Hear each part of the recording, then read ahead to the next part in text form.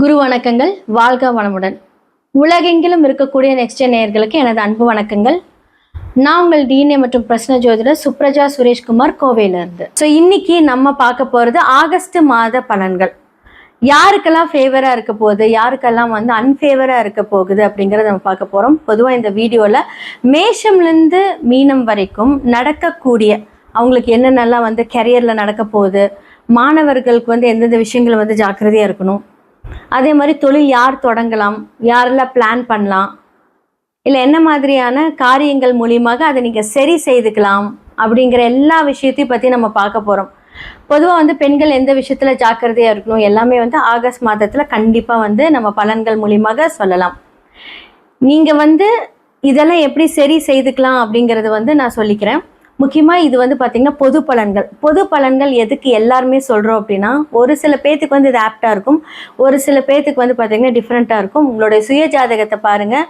ஏன்னா செவ்வாய் ரிஷபத்துலேருந்து மிதுனமுக்கு மாறுகிறாரு. அதே மாதிரி பார்த்திங்கன்னா சூரியன்லேருந்து எல்லா கிரகங்களும் அதனுடைய மாற்றத்தை டிரான்சிட் கொடுக்கும்போது நமக்கு என்ன மாதிரியான பலன்கள் நடக்கும் அப்படின்னு பற்றி தான் நம்ம பார்க்க போகிறோம்.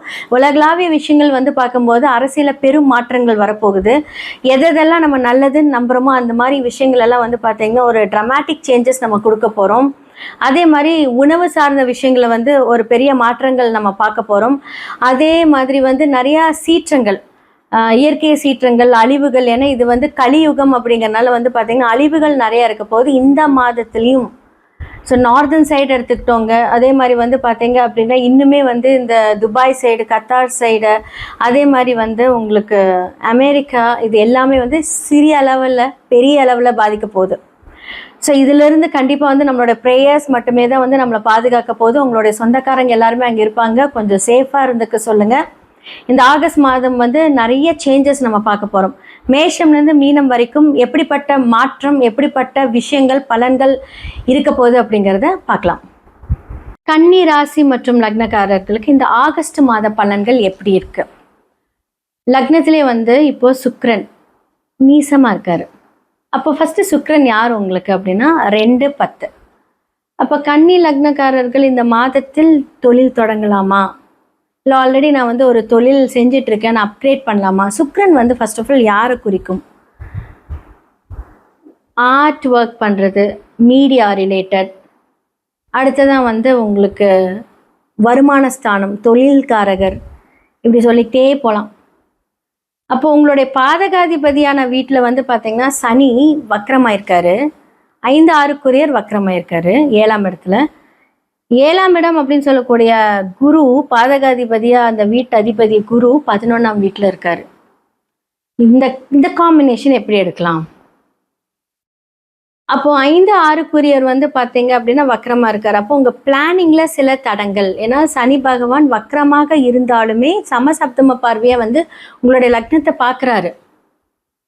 ஆல்ரெடி 2 அங்கே நீசமாகவும் இருக்கார், 10 நீசமாக இருக்கார். அப்போ என்னாங்க அப்படின்னா தொழில் இந்த காலகட்டத்தில் நமக்கு கை கொடுக்குமா அப்படின்னு கேட்டால் நோ. அப்போ ஆண்களாக இருந்தால் பெண்கள் அப்படின்னு சொல்லக்கூடிய சுக்கிரன் மனைவி ஸ்தானத்தை கொடுக்கும். அப்போ மனைவிக்கு ஏதாவது தேவையில்லாத ஒரு செலவு, அவங்க கூட சண்டை போட்டீங்க அப்படின்னா பிரிந்து செல்லக்கூடிய வாய்ப்பு, இது எல்லாமே இருக்கும். ஸோ 3-8 செவ்வாய் உங்களுடைய மிதுன வீட்டில், அதாவது என்ன அப்படின்னா உங்களோட இன்னொரு வீடு அப்படின்னு சொல்லக்கூடிய மிதுன வீட்டில் இருக்காங்க, 11ஆம் வீட்டில். அப்போது என்ன அப்படின்னா இதெல்லாமே நீங்கள் பார்த்துக்கோங்க. அப்போ புதன் உங்களுக்கு 10ஆம் வீட்டில், 11ஆம் வீட்டில் புதன் இருக்கார். அப்போ 12ஆம் இடத்துல கேது இருக்குது. ஸோ இது எப்படி நம்ம எடுத்துக்கலாம்? இது எல்லாமே பார்த்தீங்க அப்படின்னா தொழிலாக இருக்கட்டும், உங்களுடைய தாய் தந்தையராக இருக்கட்டும், அதிர்ஷ்டமாக இருக்கட்டும், இந்த மாதத்தில் கொஞ்சம் கம்மியாக தான் வேலை செய்யும். ஓகேவா? ஸோ இதெல்லாமே கொஞ்சம் ஹேண்டில் பண்ணுங்கள். 9ஆம் இடத்துக்குரிய சுக்கிரனும் பார்த்தீங்கன்னா ஆக்சுவலாக 10ஆம் இடத்துல செவ்வாய் இருக்கார். 9 பார்த்தீங்க அப்படின்னா இப்போது தாய் தந்தை அப்படின்னு சொல்லக்கூடிய இடமும் பார்த்தீங்கன்னா நமக்கு ஹெல்ப் கிடைக்குமா அப்படின்னு கேட்டால் அந்த இடமும் உங்களுக்கு பாதிச்சிருக்கு. ஏதாவது சொத்து அப்படின்னு சொல்லக்கூடிய ஒரு ஏன்னா 9ஆம் இடம் அப்படிங்கிறது வந்து பார்த்தீங்கன்னா உங்களுடைய தாத்தா சொத்தையும் குறிக்கும். ஏதாவது வந்து நீங்கள் ட்ரை பண்ணிட்டு இருக்கீங்க அப்படின்னா இந்த காலகட்டத்தில் கொஞ்சம் விட்டுருங்க. ட்ரை பண்ணும்போது அது ரிவர்ஸில் போகும். ஸோ இதெல்லாமே கொஞ்சம் ஹேண்டில் பண்ணிக்கோங்க.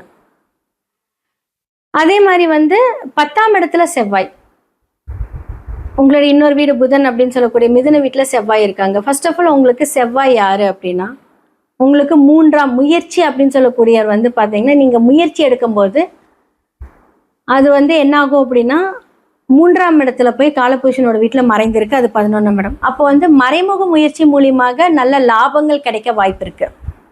ஸோ 8க்குரியவரும் செவ்வாய் 3ஆம் இடத்துல இருக்கும்போது என்ன அப்படின்னா கொஞ்சம் ட்ராவலிங் இருக்கும், திடீர் அதிர்ஷ்டமும் வரும். ஸோ டைரெக்டாக உங்களோட ஃபேஸ் ஆன் ஃபேஸில் நீங்கள் எதுவும் பண்ணாதீங்க. ஸோ கன்னிராசிக்காரங்க இந்த காலகட்டத்தில் வந்து நான் எப்படி கொடுப்பேன் அப்படின்னா 50-50 தான் கொடுப்பேன். 50% நல்லது நடக்கும், 50% வந்து சுப காரியங்கள் நடக்க விடாமல் தடை பண்ணும். காதல், கல்யாணம், திருமண வாழ்க்கை இந்த காலகட்டத்தில் ஏற்படுத்திக்கலாமான்னு கேட்டால் வேண்டாம். பெண்களால் கண்டிப்பாக பிரச்சனை இந்த மாதத்தில் இருக்கு. உங்கள் ஃப்ரெண்ட்ஸாக இருக்கட்டும், உங்களோட கொலீக்ஸாக இருக்கட்டும், இல்லை உங்களோட வீட்டில் வந்து உங்களோட மாமியார், இல்லை வந்து பக்கத்து வீட்டு லேடிஸ், பெண்களால் சில பிரச்சனை இருக்குது. அப்போ கொஞ்சம் ஜாக்கிரதையாக வந்து எல்லாருக்கிட்டையும் வந்து ரொம்ப ஓவராக வந்து நீங்கள் உங்களுடைய நட்பை காமிக்கிறேன், நீங்கள் வந்து உங்களோட ஃப்ரெண்ட்ஷிப் கோல்ஸ் அப்படியெல்லாம் போகாதீங்க. ஸோ 2க்குரியவர் 9க்குரியவரும் வந்து பார்த்தீங்கன்னா நீசமாக இருக்கும்போது 2ஆம் இடம் அப்படின்னு சொல்லக்கூடிய வருமான ஸ்தானமாக இருக்கட்டும், வாக்கு ஸ்தானமாக இருக்கட்டும், உங்களோட குடும்பத்துக்கான ஒரு சில செலவுகள் 12ஆம் இடத்திலே வந்து உங்களுக்கு இதாகுது. கேது இருக்கார் இல்லையா? ஸோ இதெல்லாமே வந்து பார்த்தீங்கன்னா அந்த இடத்த வந்து ஒரு முறிக்கிற மாதிரி பண்ணும். ஸோ முடிஞ்ச அளவுக்கு வந்து கன்னி ராசி மற்றும் லக்னக்காரர்கள் இந்த மாதத்தில் வந்து ஏதாவது செலவுகள் பிளான் பண்ணுறீங்க அப்படின்னா விட்டுருங்க, பண்ண வேண்டாம். பட் ஆக்டிவேட் பண்ணுங்க, ஏதாவது சின்னதாக பண்ணுங்க. பட் பெருசாக எந்த ஒரு கடன் அது இது, ஏன்னா சனி பார்வை பார்த்தாலே ஒரு செல்ஃபிஷ்னஸ் வந்துடும். ஏன்னா சனி யாரை பார்க்குறாங்களோ அவங்கள இந்த காலகட்டத்தில் செல்ஃபாக வந்து யோசிப்பாங்க, தனக்கு தான் வேணும் எல்லாம் அப்படின்னு. அதுக்கு தான் அதுக்கு பேர் வந்து செல்ஃபிஷ் அப்படின்னு சொல்லுவாங்க. தனக்கு மிஞ்சினது தான் எல்லாமே அப்படின்னு சொல்லுவாங்க. பட் அவங்களுக்கு மட்டுமே நடக்கணும்னு யோசிப்பாங்க.